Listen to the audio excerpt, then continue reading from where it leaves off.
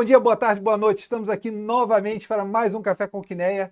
Na verdade, agora, episódio 26. Feliz ano novo para todo mundo. Tá? Espero que vocês tenham gostado do episódio 25, com todos os nossos sócios falando das perspectivas para o mercado desse ano. Hoje a gente vai falar de um outro assunto. A gente vai trazer para vocês o setor de tecnologia, o setor de venture capital, o setor de startup brasileiro. Vamos fazer uma viagem com um dos maiores executivos do mercado de startups e tecnologia no Brasil, Alex Shapiro, que tem o prazer de estar aqui com a gente hoje. O cara que trouxe a Apple para o Brasil, o cara que trouxe a Amazon para o Brasil, o cara que hoje é head do SoftBank aqui no Brasil. Para ajudar a conversa hoje, o grande head de research aqui da Quineia, Leandro Silva, tá, que vai ajudar certamente fazendo as perguntas mais inteligentes do dia. Tá? Lembrando que Quineia, as principais assets do Brasil, mais de 100 bilhões de ativos sob gestão, pela confiança que pessoas como você, nosso parceiro e cliente, depositam na gente, e a gente faz o melhor todo dia para merecer essa confiança. Tá?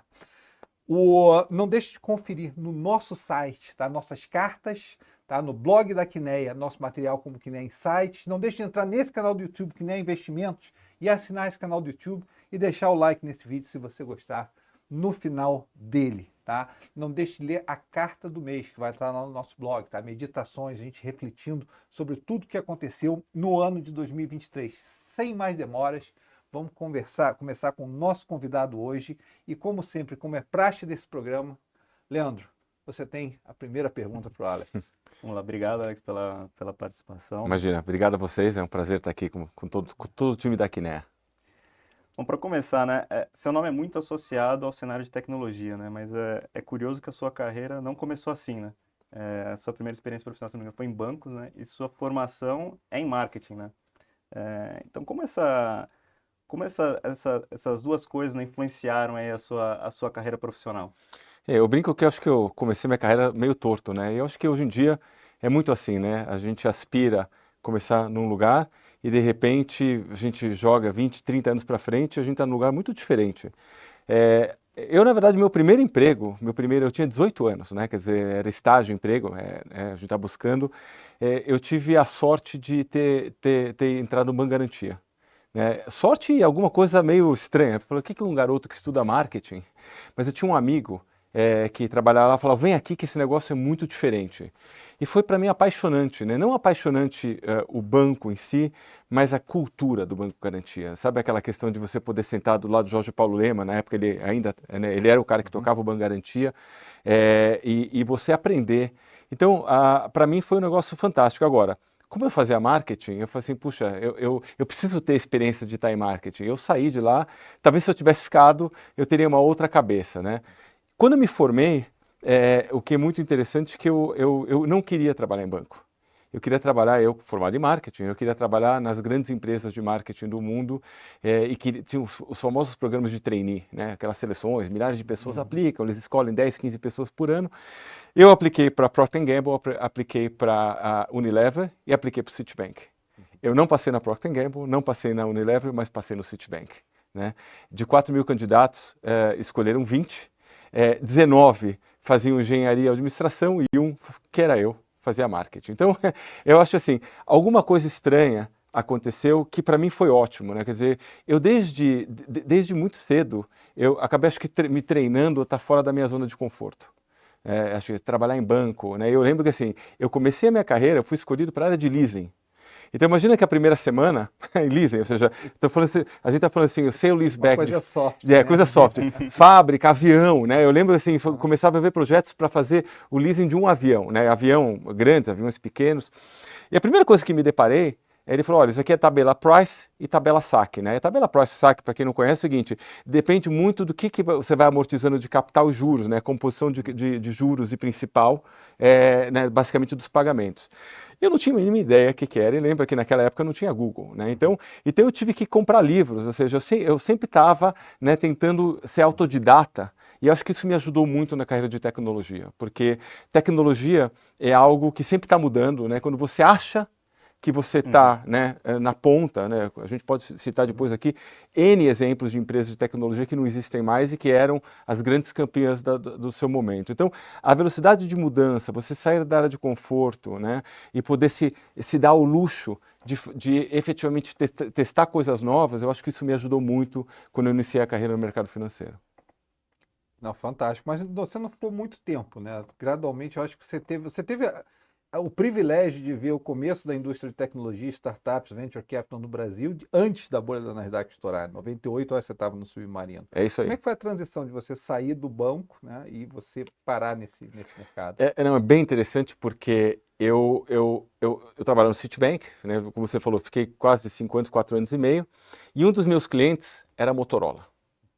E estava vindo para o Brasil. E eu falei assim, eu vou atender esses caras de uma maneira diferente porque eu gosto de tecnologia, sempre gostei, né? Eu sempre tive, né, uma criação dentro de casa, meu pai era muito ligado com tecnologia. Eu lembro que quando ninguém falava em assistir televisão fora do Brasil, meu pai teve a ideia de colocar uma antena parabólica de 6 metros no teto da nossa casa, que você tinha que ficar mudando um dial, porque você pegava o satélite, só que o satélite mudava de posição. Então você ficava mudando a antena de posição para pegar televisões da Rússia, dos Estados Unidos. Então é algo que foi criado. E aí, imagina que a gente está falando de tecnologia, que o principal produto da Motorola na época era pager. Né? Talvez muita gente não sabe o que é um pager aqui, que está nos assistindo, né? Mas era a comunicação que você tinha que ligar para uma central, mandar uma mensagem, né? Era até 144 caracteres. Aliás, uma das razões que o Twitter começou com 144 caracteres, porque era essa limitação que o pager tinha, né? E aí a pessoa recebia, e ela tinha que ir até um orelhão, né? Existia e ligar, né? Então eu começo a minha carreira, né, fazendo essa situação, mas ainda na área de finanças. Eu fui para a Motorola para tocar a área de finanças, de trade finance, ajudar as operadoras de pager na época a dar financiamento para elas via o Exim Bank, né, bancos internacionais, para elas poderem montar sua infraestrutura e colocar em operação, né, um negócio de operação de pager. E aí as coisas foram evoluindo lá dentro e eu fui indo mais para a área de tecnologia, né? Uma coisa interessante, a gente falou aqui como as tecnologias elas têm picos e morrem muito rápido.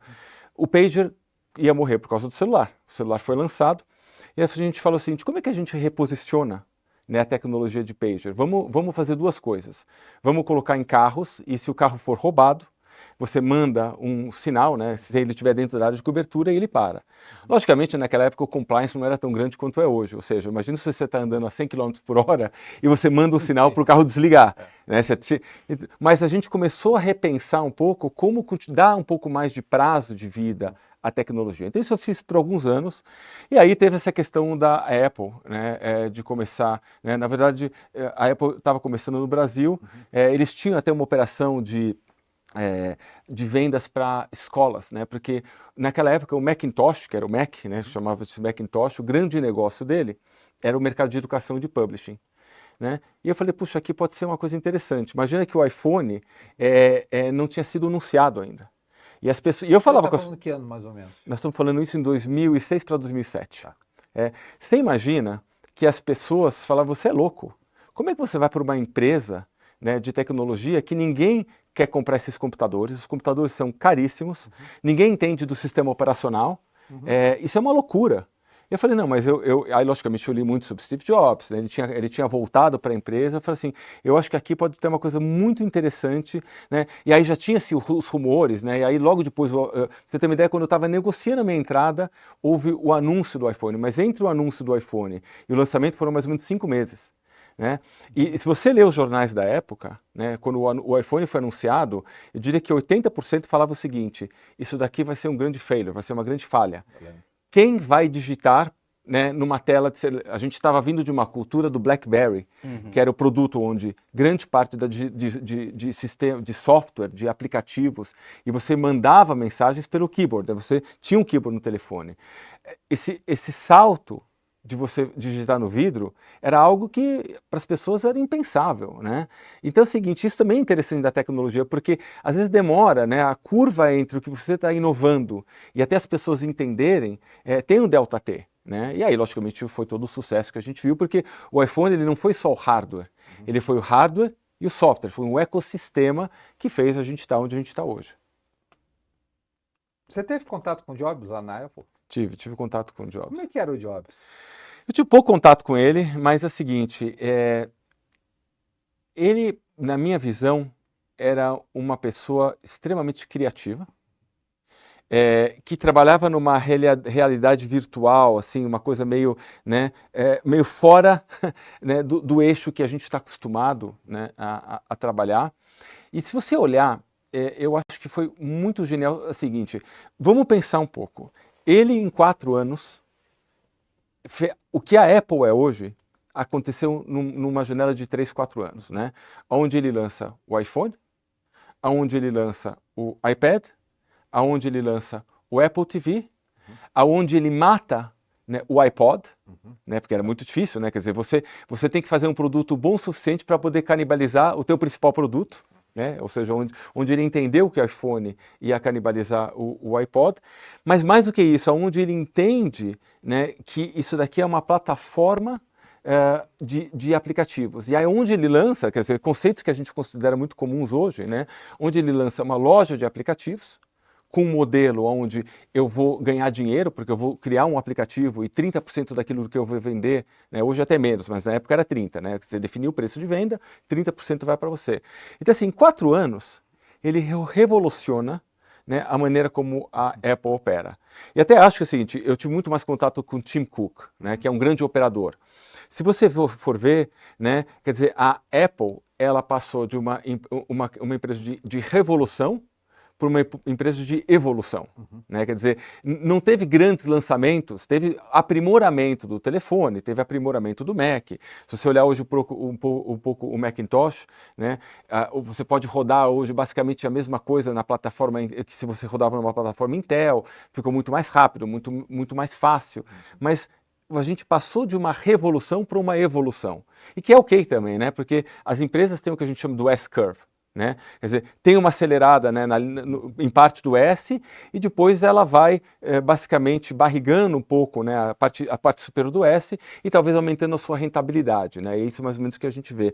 Mas é uma pessoa extraordinária, criativa.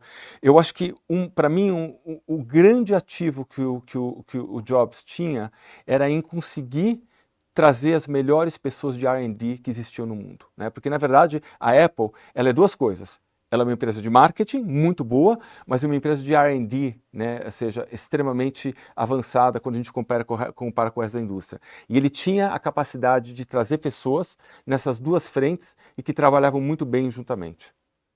Legal. Alex, você é um executivo empreendedor, né? Você é um builder, né? Você é um construtor, né? Tem uma história aqui que é muito interessante, como você chegou, seu approach até a Amazon, né? Como você trouxe a Amazon para o Brasil, né? Se puder comentar um pouco, Posso contar um pouco comentar, dessa história, né? Aliás, só fazendo um adendo, você sabe que uma vez me perguntaram, né? Por que você nunca começou uma startup sua mesmo, né? Isso me fez refletir.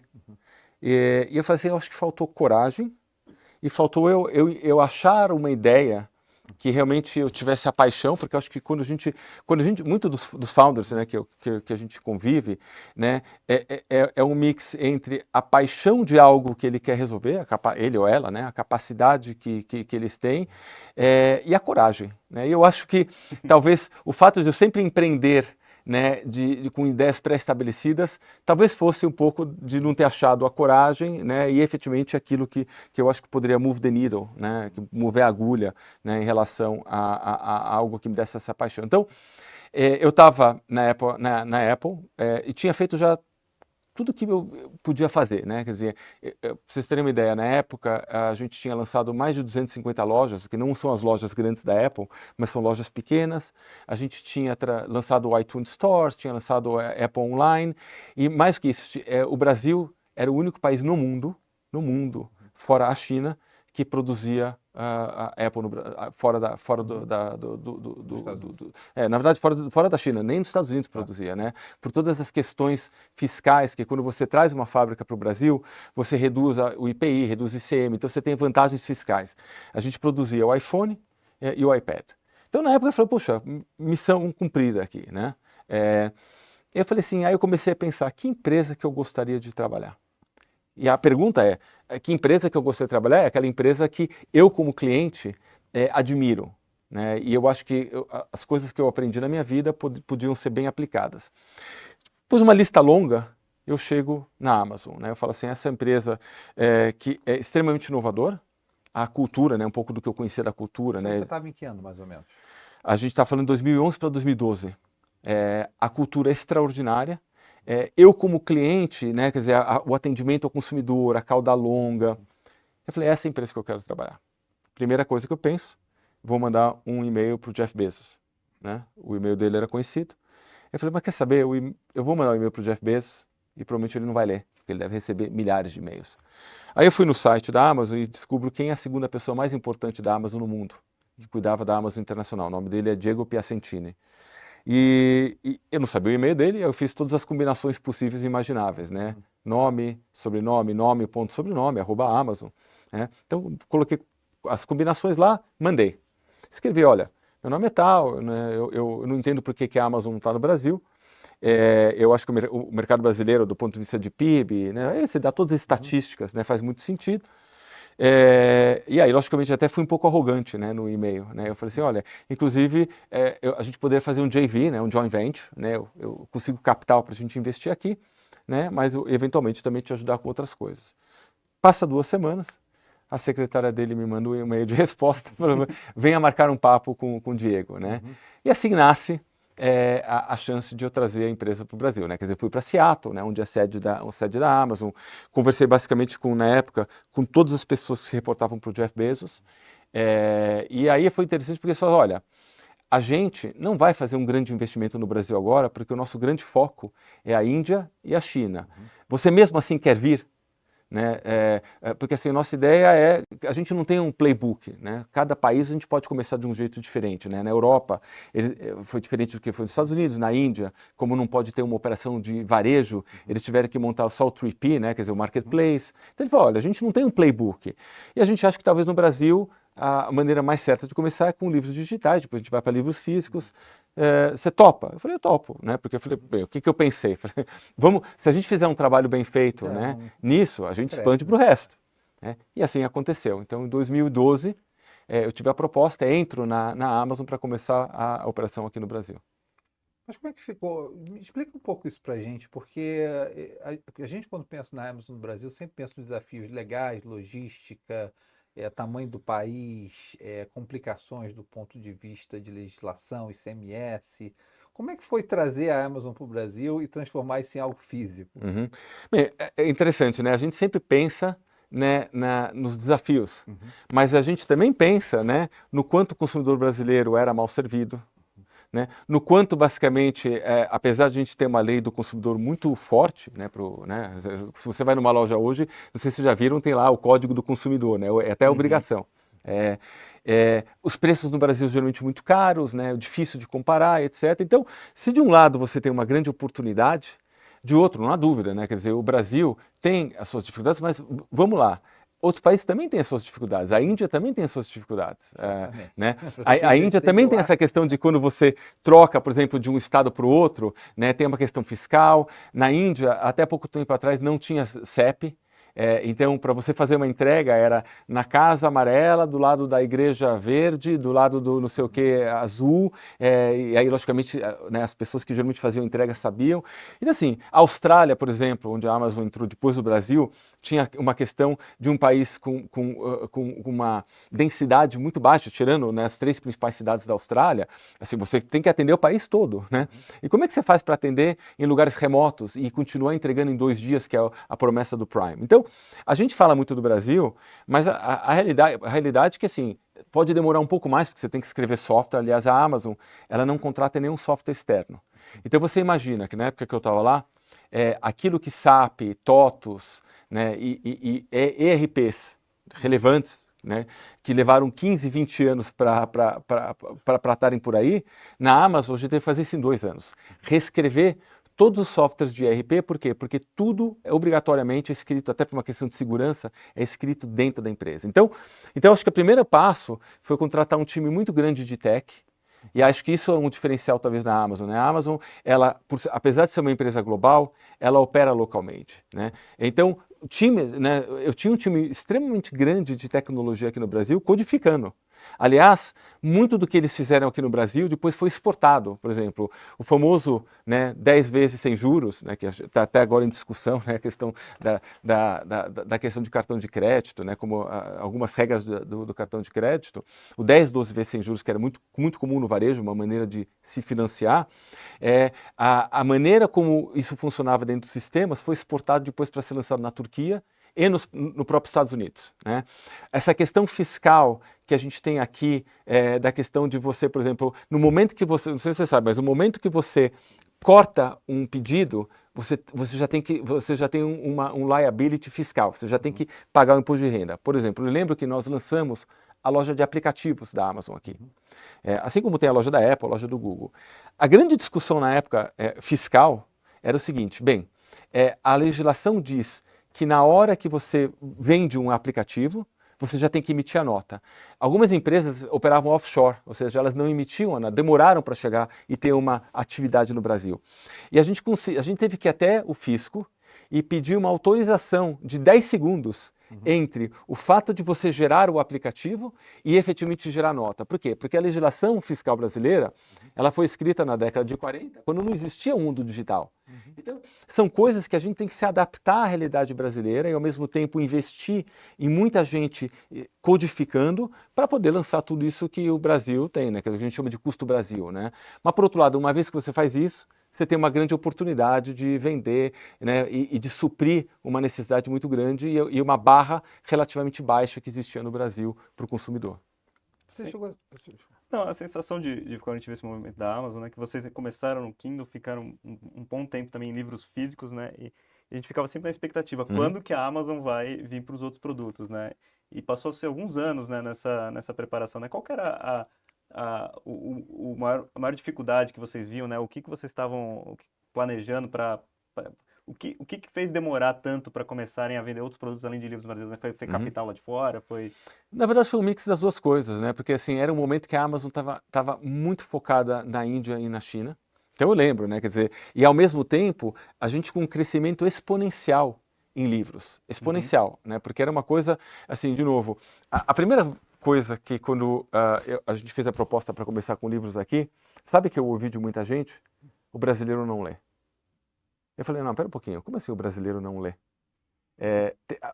Eu não compro isso, né? E aí eu fui, né? Eu acho que uma das coisas que a gente tem que fazer é andar pelo Brasil, né? Porque o Brasil não é o Leblon, não é a Faria Lima, né? O Brasil não é o que a gente está acostumado. O Brasil é um país extremamente continental, né? Muito diverso, né? E aí eu comecei a visitar algumas cidades e a primeira coisa que eu notei é que muitas cidades não tinham uma livraria. O que eles tinham? Eles tinham algumas bancas de jornal que vendiam na época, né, a revista da época onde todo mundo se baseava era a Veja, né? E tinha um ranking da Veja dos 50, não sei se vocês lembram, a Veja era uma revista semanal, ainda tem hoje, né, mas era uma coisa, era física, e era os livros mais lidos. 50 livros mais lidos. Ficção e não ficção, 25 de ficção, 25 de não ficção. Geralmente você encontrava esses livros nas bancas.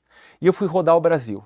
E aí eu descobri duas coisas. Que não tinha, né, a capilaridade de distribuição e que o preço, os livros no Brasil eram na época per capita, quando você fazia o ajuste, né, de PPP, de paridade de preço, era o 7º país mais caro do mundo.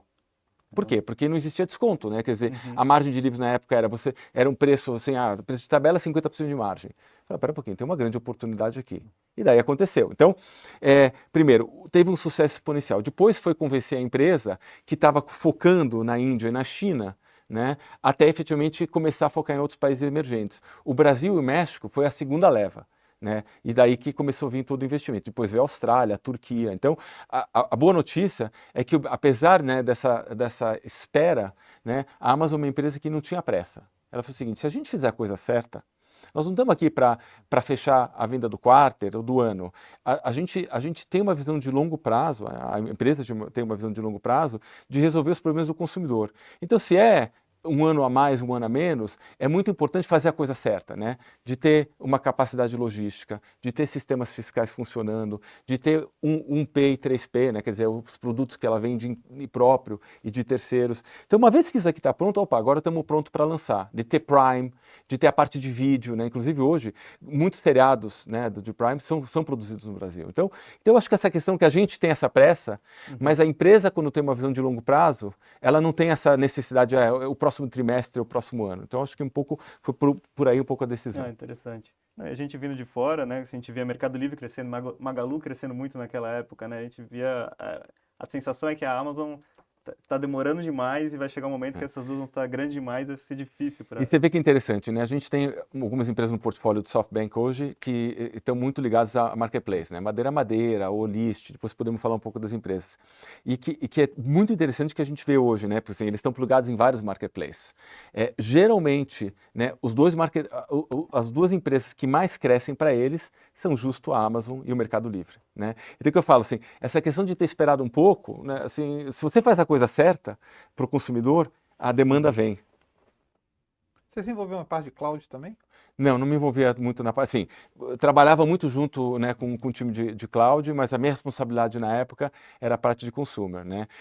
Agora, o cloud é muito interessante, né, porque a Amazon, ela basicamente estava sozinha, né, ela foi a empresa que inventou o conceito de cloud, né, e depois veio Microsoft, veio Google, Oracle e todas as outras empresas. Bom, em algum momento também, eu acho que, como aconteceu com a Apple, você achou que sua missão estava cumprida na Amazon e resolveu buscar um outro desafio e foi para uma área nova de startups e venture capital. Como é que foi isso na sua cabeça?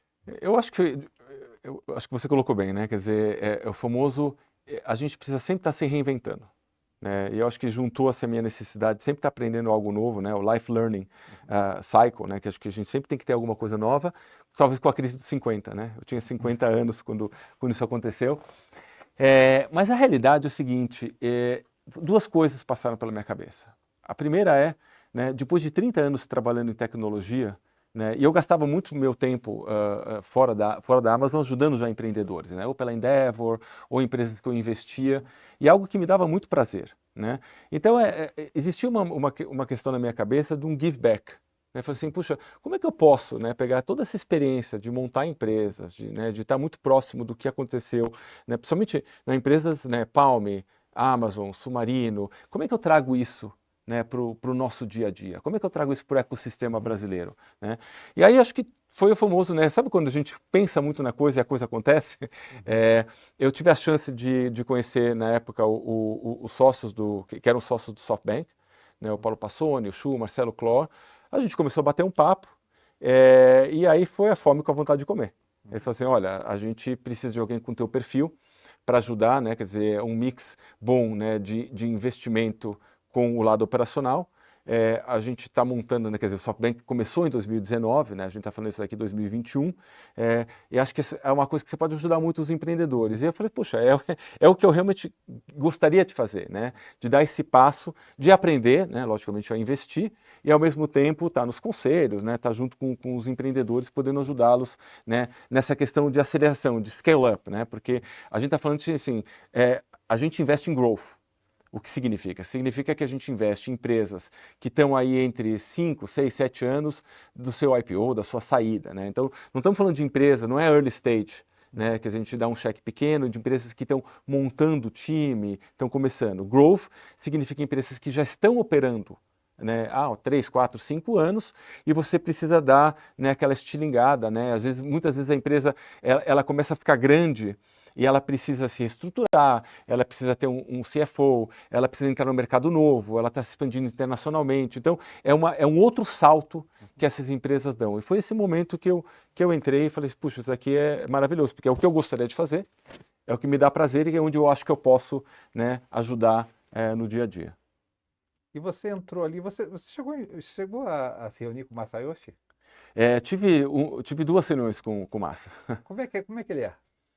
Eu acho que é uma pessoa extraordinária, né? A pessoa, assim, vamos pensar, né? Eu acho que a melhor maneira de a gente avaliar, né, alguém na indústria de investimento é olhando para trás, né? É o track record que a gente chama, né?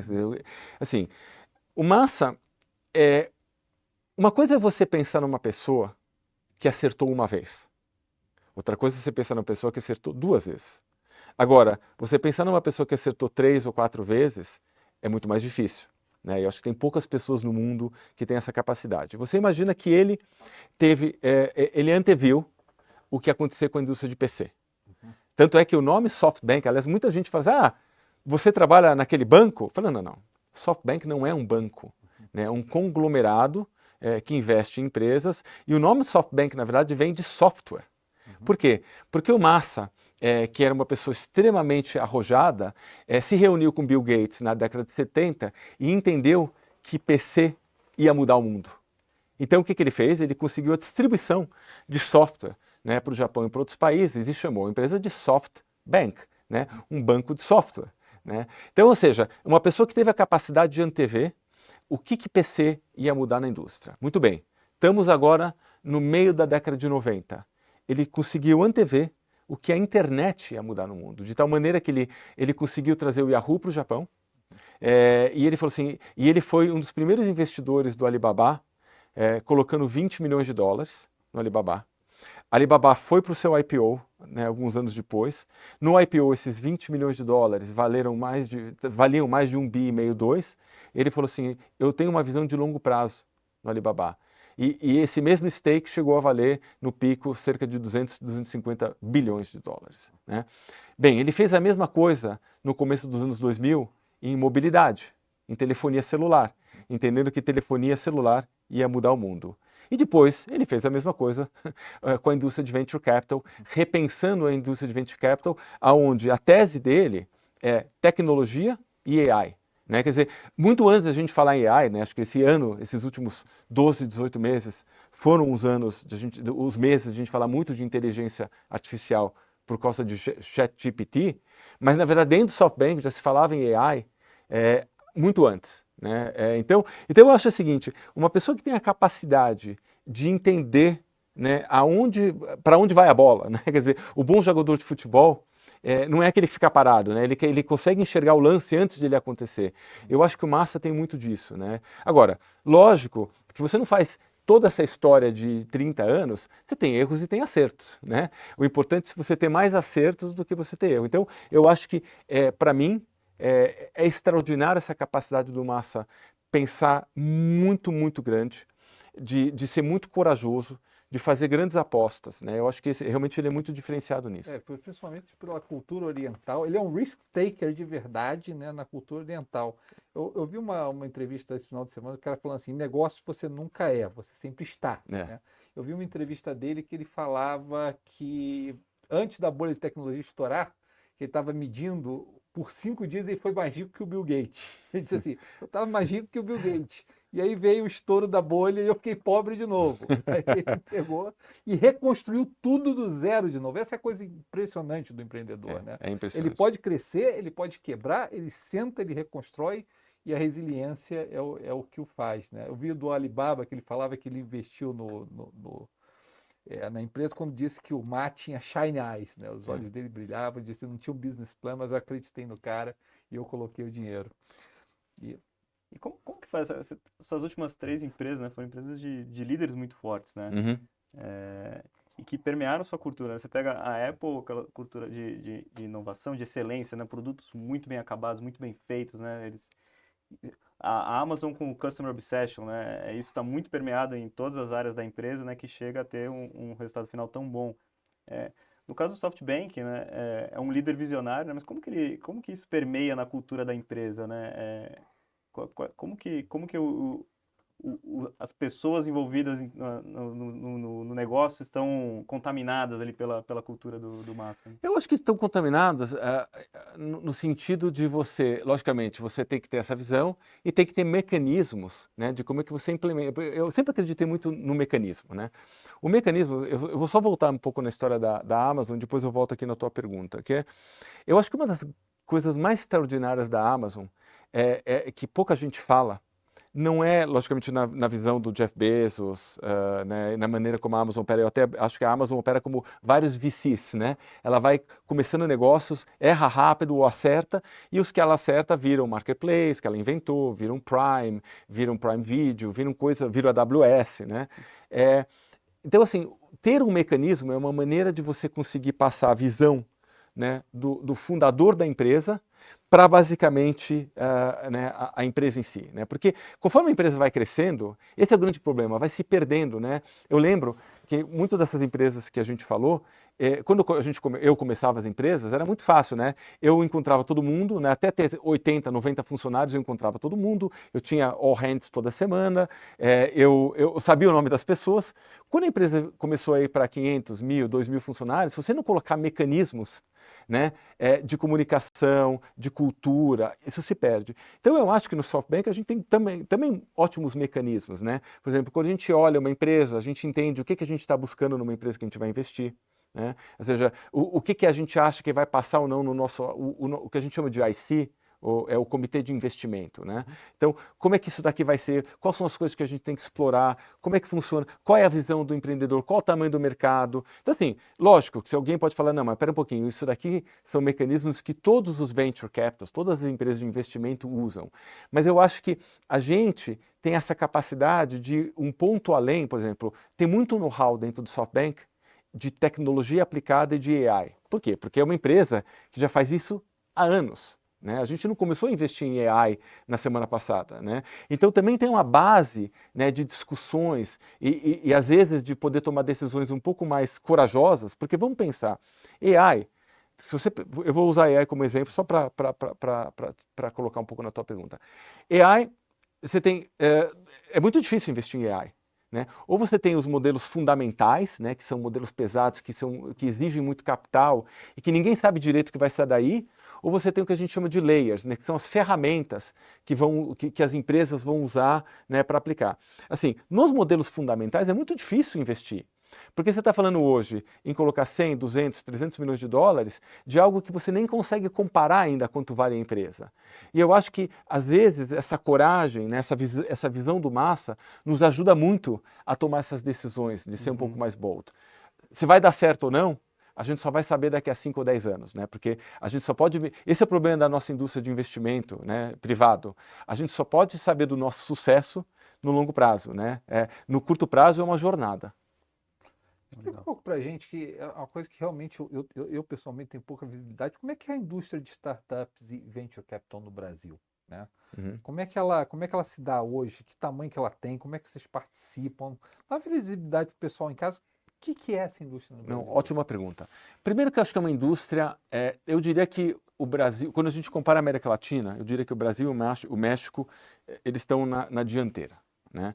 A indústria de venture capital não é nada mais, nada menos do que uma maneira organizada de você dar dinheiro para ótimos empreendedores, né, com ótimas ideias e que basicamente tem algo a mais. A gente chama na indústria de moat. Né? Moat, na verdade, né, a tradução do moat lembra aqueles filmes que a gente assistia dos castelos, né, no ano 800, 900, que tinha um laguinho em volta, né? O moat é o laguinho, né? É basicamente o que você consegue se proteger, né, ou fazer algo diferente. E essa é uma indústria que, na verdade, começou de uma maneira muito, muito incipiente.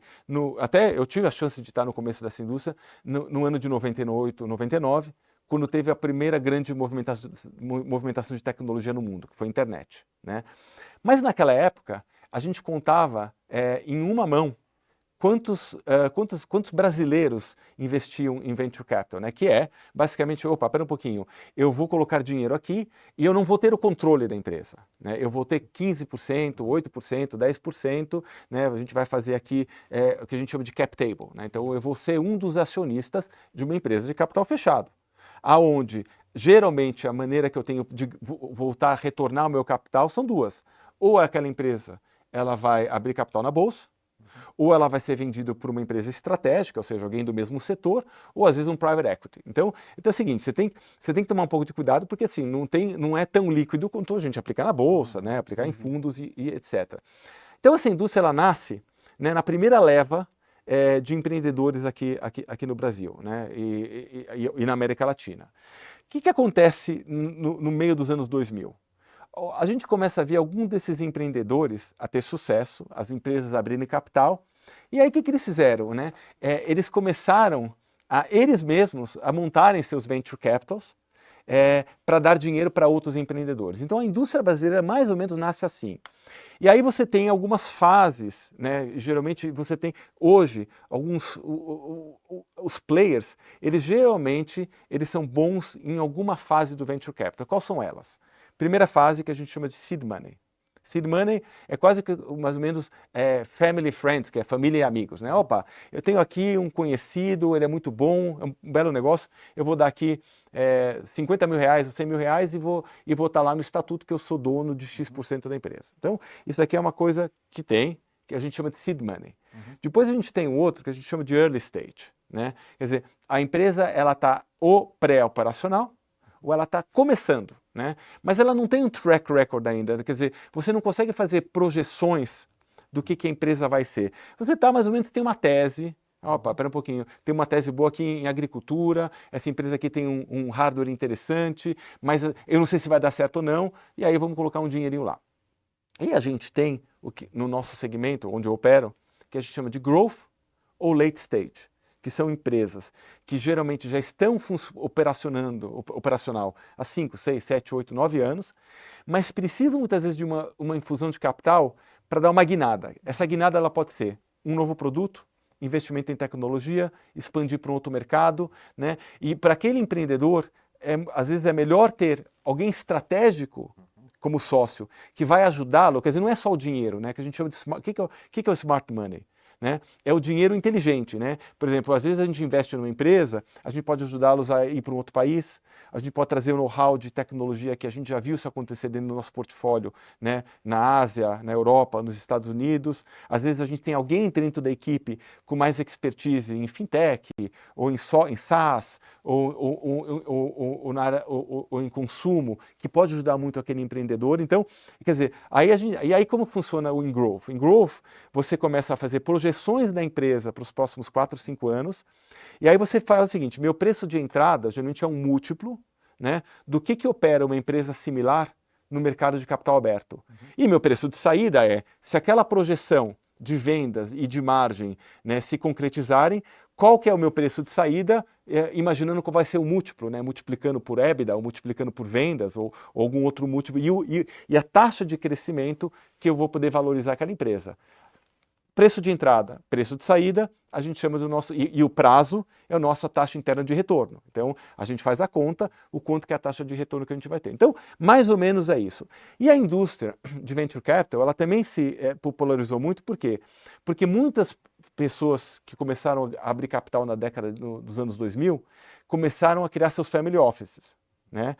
Toda essa parte de wealth management que a gente tem, né? Pessoas que efetivamente com muito capital, e alocavam um percentual, geralmente 2, 3% do todo o patrimônio para a indústria de venture capital. Então, o ecossistema começou a rodar de duas maneiras, capital novo entrando e efetivamente gente boa operando em cada uma das fases, né? Seed, Early e Growth. E hoje eu diria que a gente tem uma indústria muito bem consolidada no Brasil. Por quê? Porque não são só os players externos que operam, né? Aliás, interessante, quando teve o boom, né, de valorização da indústria no 2019, 2021, muitos players externos vieram para o Brasil, para o México, para a América Latina. Quando o mercado, de certa forma, né, com o aumento da taxa de juros americano, né, aconteceu tudo que a gente viu nos últimos 2 anos, muitos desses fundos foram embora. O empreendedor não gosta disso, porque ele gosta de gente que está no país, que opera no país, que entende o país. Então também teve, que a gente chama dos fundos turistas. No auge da oportunidade, o capital veio, muitos deles não tinham operações aqui no Brasil, colocaram dinheiro, mas aí na hora do aperto foram embora. Né? Então eu acho que é bem interessante a gente ver a evolução hoje da indústria. Interessante. E qual que é a situação dos fundos do SoftBank hoje aqui na América Latina, né? Tamanho, se já está totalmente investido, quantas empresas vocês estão hoje no portfólio? Sim. Nós temos hoje especificamente na América Latina, nós temos 2 fundos. Temos o fundo 1 de 5 bilhões de dólares e o fundo 2 de 3 bilhões de dólares. O fundo 1 já está totalmente investido, o fundo 2 a gente ainda tem o que a gente chama na indústria de dry powder. Né? O que é dry powder? Né? Você não investe tudo porque você deixa parte do capital ou para empresas novas, ou geralmente para follow-ons. Né? O que é o follow-on? O follow-on é, você já investiu numa empresa, você sabe que talvez antes da saída, seja o IPO estratégico, ela vai precisar de mais um número de rodadas.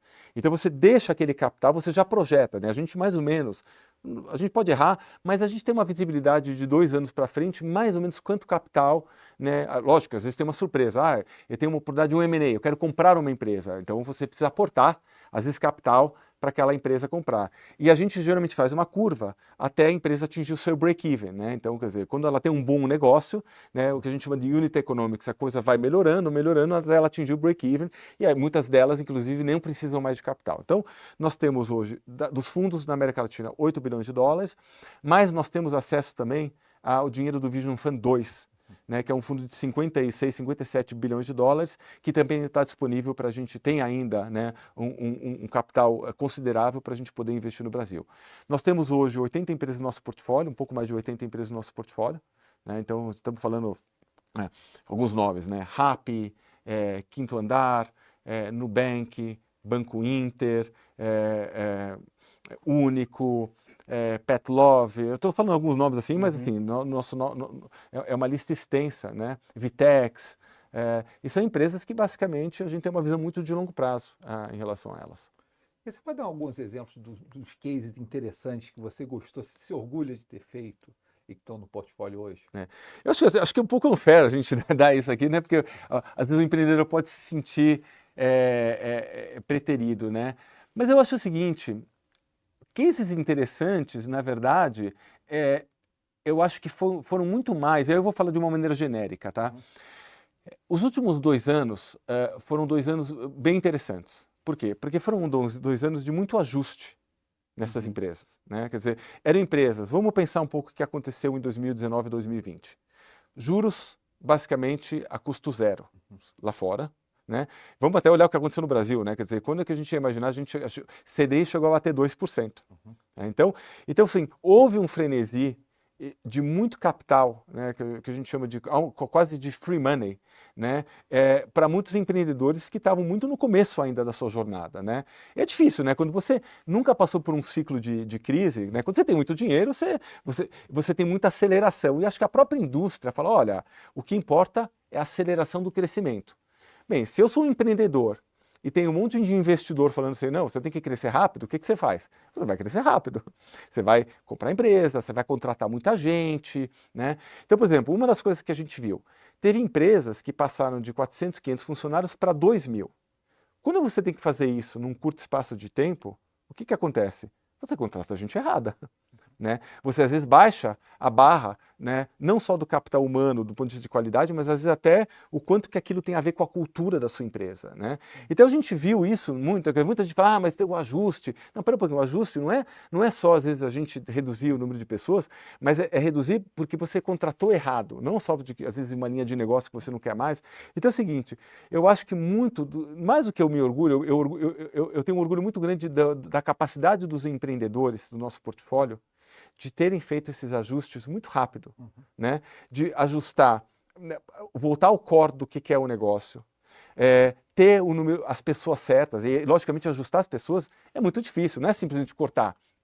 Assim, como é que eu tenho certeza que são as pessoas que fazem parte da cultura, que têm a faca nos dentes, que têm os princípios daquele profissional ligados com o princípio da empresa? Muitos, por exemplo, estavam olhando uma expansão muito grande de outros países, falando, não, pera um pouquinho, antes de eu expandir para outros países, eu acho que tem muito para a gente arrumar no Brasil, no México, seja o país que está, né? Então, pera um pouquinho, vamos... Ou às vezes a coragem de um empreendedor fala o seguinte, pera um pouquinho, eu acho que eu não vou ser bom neste produto aqui, vamos cortar essa linha daqui, e o core, o que eu realmente sou bom é isso daqui, então vamos fazer. Então, eu pessoalmente tenho orgulho, né, do trabalho que os nossos founders, né, os fundadores e os empreendedores tiveram, e a maturidade nos últimos 2 anos de ajustar de uma maneira muito rápida, muito madura e coerente. Lógico, não estou falando que é 100% dos casos, mas estou falando assim, estatisticamente falando, mais de 90% realmente conseguiu fazer isso de uma maneira muito rápida, muito madura, né? É difícil, e eu acho que hoje deixa essas empresas muito mais preparadas para os próximos 3, 4, 5, 10 anos. Né? Então, eu acho que isso para mim é um motivo de orgulho do nosso portfório. Os últimos 2 anos foi muito mais olhar para a eficiência, a cultura interna das companhias, né? Foi interessante. Mudar um pouco de assunto, né? Falar um pouco de cripto, né? A gente passou alguns anos aí com esse assunto em voga, né? Toda a parte de finanças descentralizadas, né? Que poderia ser uma grande, ou pode ser uma grande revolução, né? Isso acabou um pouco, parece que saindo um pouco do debate, né? Agora totalmente tomado por AI, né? Acho que isso tá um pouco de lado, né? E como que é a visão de vocês, né? Vocês investem em empresas de blockchain, centralizadas, né? Qual que é a visão de vocês para cripto? Primeiro é o seguinte, a questão de cripto, a questão de AI, e assim, não que isso seja uma grande vantagem, às vezes é muito desvantagem, né? Mas ter cabelos brancos nos ajudam com algumas coisas, Eu né? não tenho mais cabelo. Eu estou no caminho, né? Então, ter cabelos brancos ou não ter mais cabelo tem algumas vantagens, né? Que eu acho o seguinte, toda tecnologia nova, toda coisa nova, é interessante como o pêndulo, ele sempre tem o que a gente chama na indústria de overshooting, né? Quer dizer, ele vai muito para um lado, depois ele vai muito para o outro lado, até ele achar o ponto de equilíbrio, né? Eu até acho que a gente está passando isso com AI hoje, né? Eu acho que todo mundo, AI, assim, não há dúvida, AI é extremamente importante porque eu acho que AI vai mudar muito a maneira como a gente trabalha, como a gente se entretém, como a gente se comunica, né? Talvez de uma velocidade muito mais rápida do que até o cérebro humano consiga se adequar. Mas também tem muita coisa que eu acho que está se falando que ninguém sabe direito ainda como funciona. Então, calma, vamos com calma, vamos analisar, né? E eu acho que cripto foi a mesma coisa, né? Eu acho que cripto teve, né, pendulou muito forte para um lado. A gente acredita muito na parte de infraestrutura. Por exemplo, a tua pergunta, temos alguns investimentos em cripto, temos o mercado Bitcoin, temos a Bitso, e eu acho que eles estão fazendo coisas muito interessantes na tokenização, né? Principalmente para o mercado de capitais, né, de dívida, aqui no Brasil, né? Então, assim, aquela questão de, olha, cripto, os bancos vão deixar de existir, né? Assim, eu acho que ela foi exagerada. Eu acho que DeFi tem o seu mérito, né, mas muito mais talvez para alguns produtos do que efetivamente falar assim, olha, é o seguinte, sabe tudo aquilo que você aprendeu até hoje? Esquece, porque a partir de, sei lá, dia 1/1 de 2020X vai ser dessa maneira. Não é verdade, né? Eu acho que, lógico, a gente está vendo até agora, né, o Bitcoin, né, que é uma das referências, né, teria uma volta, mas de novo, a gente está falando aqui de um ativo, né? Tem uma discussão hoje de Bitcoin, né, de a categoria, né, cripto entrar dentro dos ETFs, né? E acho que parte hoje da apreciação de algumas moedas tá porque a indústria está se regularizando. Mas a gente também viu, né, grandes problemas em cripto, né, com FTX, vimos com Binance, problemas, né, que a gente não pode esquecer, né? Por exemplo, na indústria financeira é extremamente importante compliance, que é, né, a gente usa muito, uma das coisas que se usa na indústria é Know Your Customer, né, KYC. O que significa isso? Você está investindo dinheiro, você tem que saber se esse dinheiro não vem de tráfego, de terrorismo, para onde vem, para onde vai, tem que ter um controle, né? Então, eu acho que a gente... Se você me perguntar o que eu imagino da indústria de cripto daqui a 5 ou 10 anos, eu acho que componentes de cripto, de DeFi, vão entrar dentro do componente dos incumbentes, né? Mais do que efetivamente isso aqui vai ser uma coisa totalmente separada. E a gente tem investimento, né, como eu falei, temos o mercado Bitcoin, temos em Bitso, temos em Zapo, que é uma empresa que basicamente está olhando, né, uma solução de banking, de private banking baseada em cripto. Então, temos, mas não é percentualmente, estatisticamente, quando você olha o nosso portfólio, são poucos investimentos comparado com tudo que a gente investe. Tem algum setor na margem que você está dando mais atenção para investir? Então, não, porque é o seguinte, a nossa visão é tudo aquilo que a tecnologia realmente vai mudar a maneira como a gente, como eu falei um pouco antes, trabalha, entretém, né, se educa, né? Então, nossa tese é muito baseada em tecnologia. O que significa? A gente tem empresas no setor de educação, que basicamente ou vão baixar o custo da educação, vão baixar o custo de produção de conteúdo, vão melhorar a qualidade da educação. A gente tem, por exemplo, na parte que a gente chama de health tech, né, de saúde, né, por exemplo, um dos grandes problemas hoje no mundo é quanto custa um plano de saúde e como é que funciona conforme você vai tendo a sinistralidade e o aumento, né? Como é que a gente resolve isso? Então, a gente tem empresas que estão olhando isso daqui. Logicamente, a gente tem no setor de e-commerce, no setor de logística, né? Por exemplo, o Rappi é um bom exemplo, né? Quer dizer, como é que a gente resolve a questão da entrega, né? E aí a entrega, na verdade, vai, por exemplo, Rappi tem, em algumas capitais do Brasil, tem Rappi Turbo. Né? Eu até brinco, eu falo o seguinte, eu brinco e brigo em casa, né?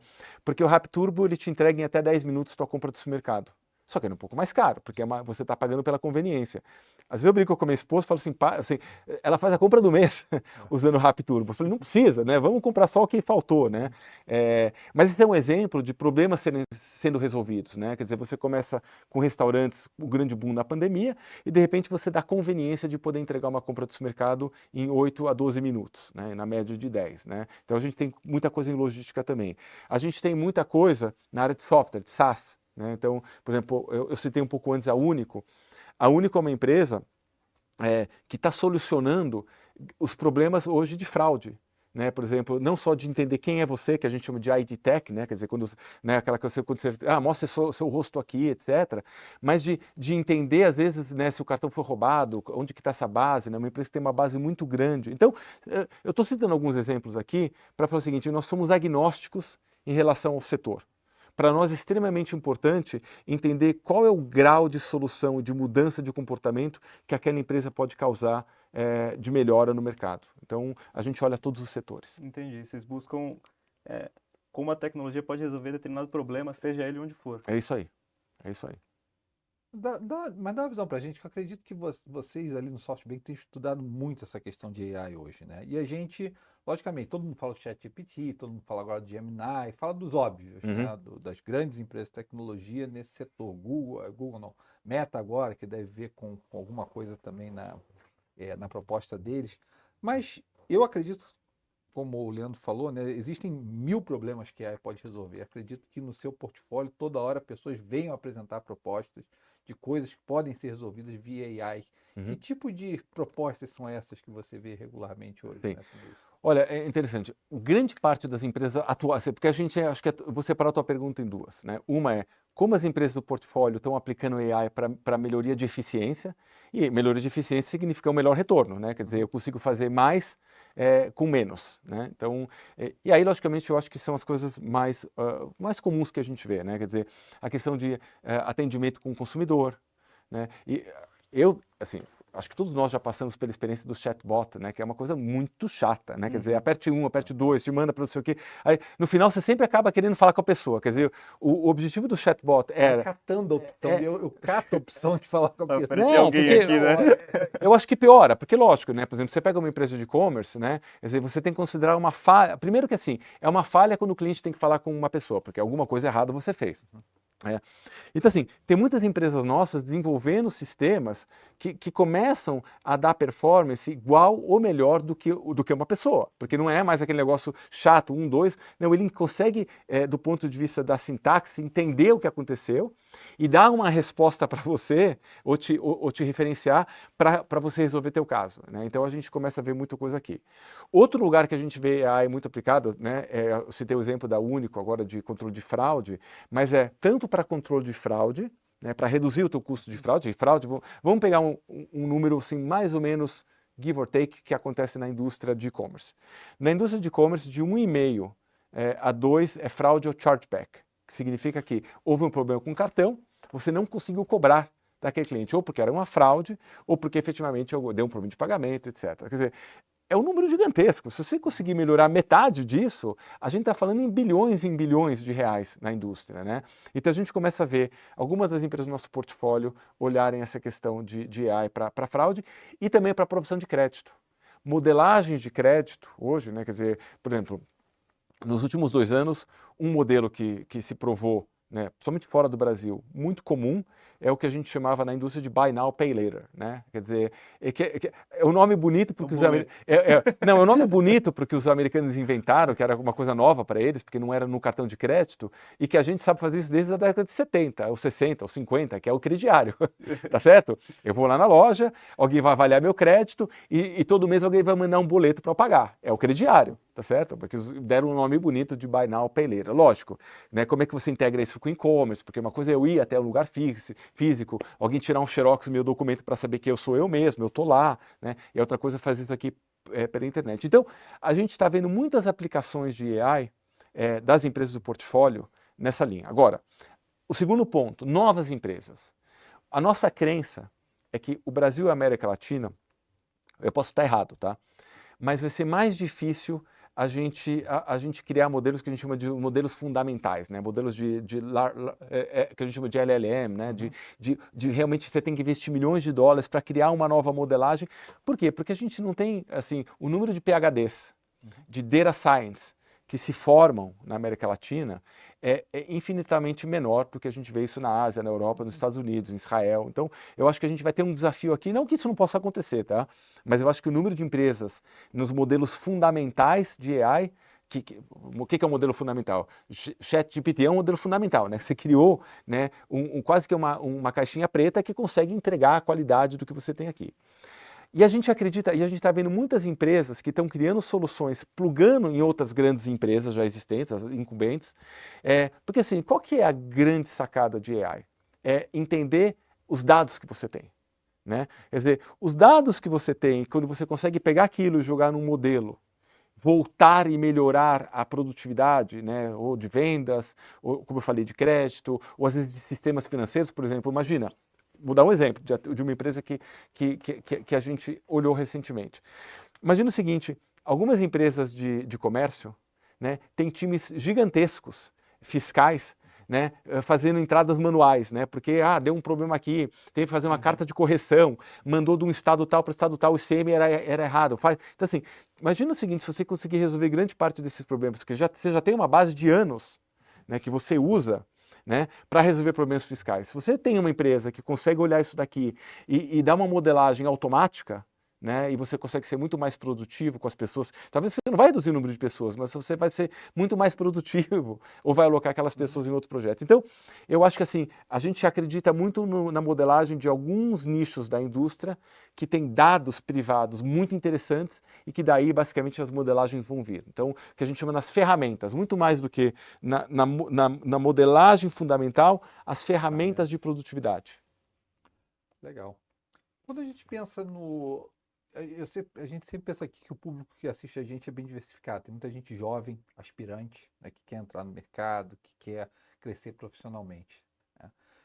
Explica um pouco pra gente como é que você vê o teu papel de liderança com essa geração nova, tá? E que tipo de característica você acha sua de liderança e que você gosta de ver nessas pessoas? Que tipo de recomendação você daria para elas? Nossa, essa é uma pergunta difícil, né? Porque é tão subjetivo, né? Aliás, eu acho que se você soltar, né, me dá uma definição de liderança no ChatGPT, por menos ele vai dar 50 respostas diferentes. Mas eu vou te dar a minha, que é o seguinte. Primeiro, eu acho que para um jovem, a gente acaba às vezes tentando, a gente espelha, né, do que a gente fez e nem sempre é certo o que a gente fez, né? Aliás, eu aprendo muito com jovens, né? Eu acho que a primeira coisa que eu tenho, assim, eu aprendi isso muito na Amazon, tá? A Amazon tinha um dos mecanismos que a gente falava, que era o seguinte: zero sobre hierarquia e sobre senioridade, ou seja, quando você está numa reunião, a pessoa mais sênior e de alto mais cargo, geralmente ela é a última a falar.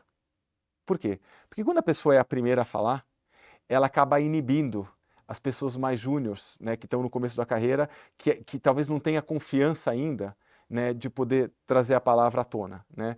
Então é o seguinte, eu acho que dar o espaço é extremamente importante, porque não obrigatoriamente quem é mais experiente, quem passou por aquilo, é a pessoa que tem a decisão certa. E você tem o debate, né? Quer dizer, a pessoa às vezes ela tem uma outra visão, né? Ela consegue te dar um input. Então assim, a primeira coisa é ignorar a questão de hierarquia. Para mim é extremamente importante e dar espaço para escutar todo mundo, né? Porque, aliás, assim, o meu maior medo, se você me perguntar o meu maior medo hoje, e isso eu falo, já falei isso publicamente, é parar de aprender. Eu acho que quando você para de aprender, você morre, né? Não biologicamente, né? Então eu acho que assim, essa questão de life learning, né? Eu acho que um pouco quando eu olho o que eu fiz, né? De você se dar a oportunidade de, às vezes, você mudar de rota, mesmo você não tendo todo o conhecimento da tua próxima rota, é extremamente inconfortável. Por quê? Por exemplo, vou de novo usar o exemplo, quando eu saí da Amazon, fui para o SoftBank. Eu saio da Amazon, talvez sendo a pessoa com maior experiência, não é a que mais sabia, mas com a maior experiência, né? Eu comecei a empresa do zero e tal, e entro no SoftBank sendo a pessoa que menos sabe. Menos. Ou seja, hoje eu até acho que sei muito mais do que há 3 anos atrás, mas assim, você fala assim, ó, faz uma modelagem aqui, né, uma projeção, etc., como é que a gente vai fazer os comparáveis, como vai fazer a precificação de uma empresa, assim, eu sabia conceitualmente, mas não tinha visto isso na prática, né?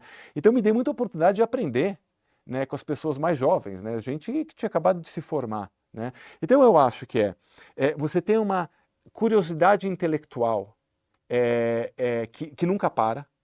Eu acho que você esquecer a hierarquia, né? Ou seja, para mim, para mim é totalmente buchitagem, né? Cargo, não sei o quê, porque o cargo não é você, é você naquele momento, né? Ou seja, então assim, ignora isso daqui.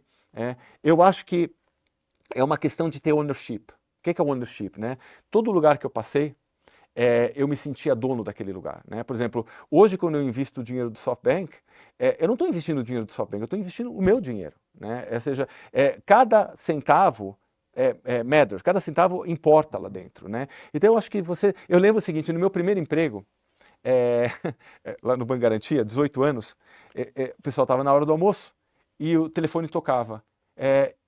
Na hora, para mim, assim, tocou 2 vezes o telefone, não importa se era de outra área, eu atendi o telefone e tentava resolver o problema na hora. Então, ou seja, esse é um pequeno exemplo, eu sei que é bobo, mas a questão de ter ownership, de você se sentir dono, não importa se você é funcionário, ou se você é dono, ou se você faz parte do time inicial, então, se sentir dono, ser curioso, né?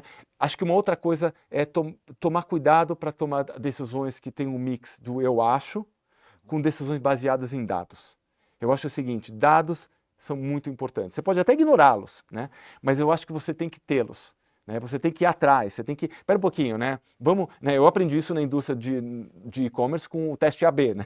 Você faz teste, você olha dados, né? Não sei o que, tá? Hoje é tão fácil você conseguir dados. Então, eu acho que esses componentes, para quem está começando, são extremamente importantes. E se dá, né, ao luxo de testar, não ter medo. Por exemplo, eu tenho hoje 53 anos.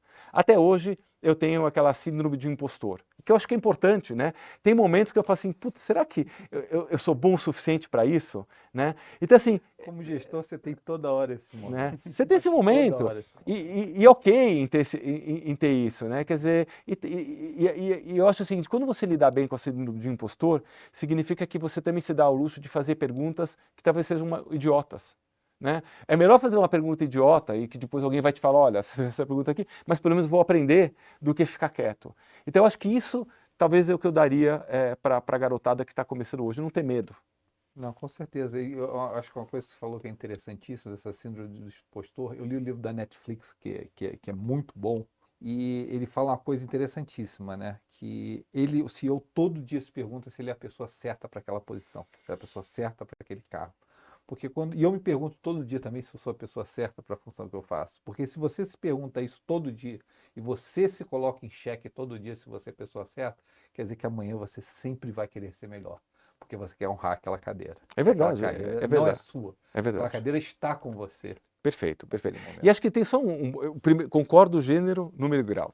E tem um outro ponto, você falou de liderança, né? Eu aprendi com uma pessoa que foi meu chefe na Amazon por muitos anos. A Amazon, realmente, como cultura, marcou muito a minha vida. Acho que grande parte do que eu sou hoje, eu devo à cultura que eu permeei dentro da Amazon, né?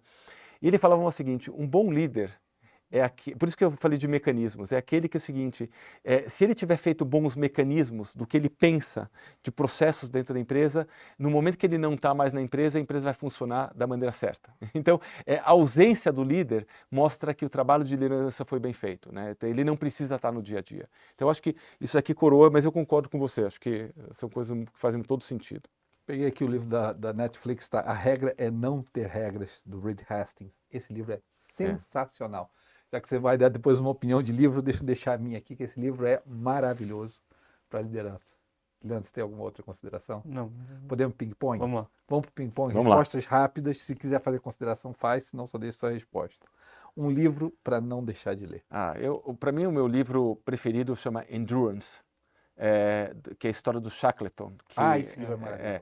Esse livro, para mim, é assim, eu logicamente podia falar que 80 livros de business, eu gosto muito de biografias, podemos falar de biografia. Acabei de ler a biografia do Elon Musk também, acho que tem que se ler, porque ela é bem interessante, mas a história do Shackleton, que é 1914, Você imagina que ele faz uma expedição para a Antártida, né? E fica preso por basicamente meses. E ele consegue levar toda a tripulação dele salva de volta para o continente. Mas assim, é um livro maravilhoso porque você fala assim, esse livro me ensinou muito, assim, tudo é possível, né? Quer dizer, você falou muito da resiliência, e para mim resiliência, que é uma outra coisa muito importante para os jovens hoje, eu acho que esse é um livro, uma lição de resiliência e de acreditar que vai dar certo, né? De otimismo, né? Então, para mim, esse é um dos meus livros preferidos, se não o livro preferido. Não, eu acho, tipo assim, o Shackleton, para mim, a gente fez uma carta, inclusive, que a gente colocou, A Incrível Viagem de Shackleton, é o nome da carta, né? Esse livro me marcou muito. A história do Shackleton me marcou muito em liderança na vida. E aquela viagem que ele faz da Ilha Elefante até a Geórgia do Sul, ele e os dois caras num barquinho pequenininho. Gente, não perde esse livro não, cara, não perde. Se tiver preguiça de ler, tem uns documentários no YouTube sensacionais sobre o Shackleton. Tem um de 1h30, sensacional, acho que é da BBC, não perde, porque é sensacional, cara. Um livro que você se arrependeu de ler. Uma coisa que você diz assim, não perde seu tempo com isso. Pode ser um livro, um filme, algo que você arrependeu de usar seu tempo. Nossa, você sabe que eu acho que um livro que eu me arrependi de ler não tem, porque quando o livro está chato, eu paro no meio. Eu sou. Trabalha com stop curto, né? Na verdade, é o seguinte, eu já passei daquela fase, eu comprei o livro, e eu vou te falar uma coisa, eu sou rato de leitura, até porque, assim, imagina, quando eu comecei a Amazon, o fato de trabalhar em livros, para mim era um grande prazer, né, porque eu sou, é até engraçado que eu tenho uma casa no interior, que o terreno tinha um declive, né, e aí a gente, assim, quando eu desenhei a casa, eu falei, o que a gente faz, né, com o declive? Eu falei, eu já sei, né, eu tinha livros espalhados por tudo que era lugar, da casa dos meus pais, minha casa, não sei o quê, vamos fazer uma biblioteca para colocar. Só que assim, a realidade é que acho que faz 15 anos que eu não leio um livro físico, né, assim, eu leio só em Kindle, então a biblioteca ela é bonita, e o meu Kindle eu tenho um problema, eu sou um comprador obsessivo. Eu compro, eu diria que deve ter lá mais da metade dos livros que eu nunca abri ainda, né? Então eu não tenho algo que eu falo assim, não veja, porque quando é chato eu paro. O meu hit ratio é 1:5, eu compro 5 livros para ler um. Porque quando você compra um livro, você não compra o tempo para ler ele, né? Exato. Eu começo a ler 5, eu digo, esse aqui eu vou ler até o final. É isso aí. Né? Se Apple ou Amazon, que empresa você gostaria de ser dono hoje? Amazon. Pelo seguinte, só para fazer uma consideração rápida, eu acho que é uma empresa que construiu uma cultura que a inovação vai continuar para sempre. É quase como o famoso processo do McDonald's. Ele construiu um processo e o processo faz, por exemplo, uma das coisas que pouca gente fala é daquele projeto Kuiper, onde a Amazon vai lançar satélites. Você pode falar, não, espera um pouquinho, né? SpaceX já fez isso, né? Acho que isso daqui não sei se tem mercado, mas eu consigo mais ou menos imaginar o que ele penso, né? São teorias minhas, porque faz 3 anos que eu saí da Amazon, o que eles vão fazer com essa rede de satélites no mundo. Então, é uma empresa que criou um mecanismo, um robozinho de inovação e de cultura nessa linha. O que você mais se orgulha na sua carreira? Puxa, eu acho que o que eu mais me orgulho da minha carreira é de poder dormir tranquilo. De realmente poder colocar a cabeça no travesseiro e de nunca ter feito absolutamente nada que me deixasse preocupado.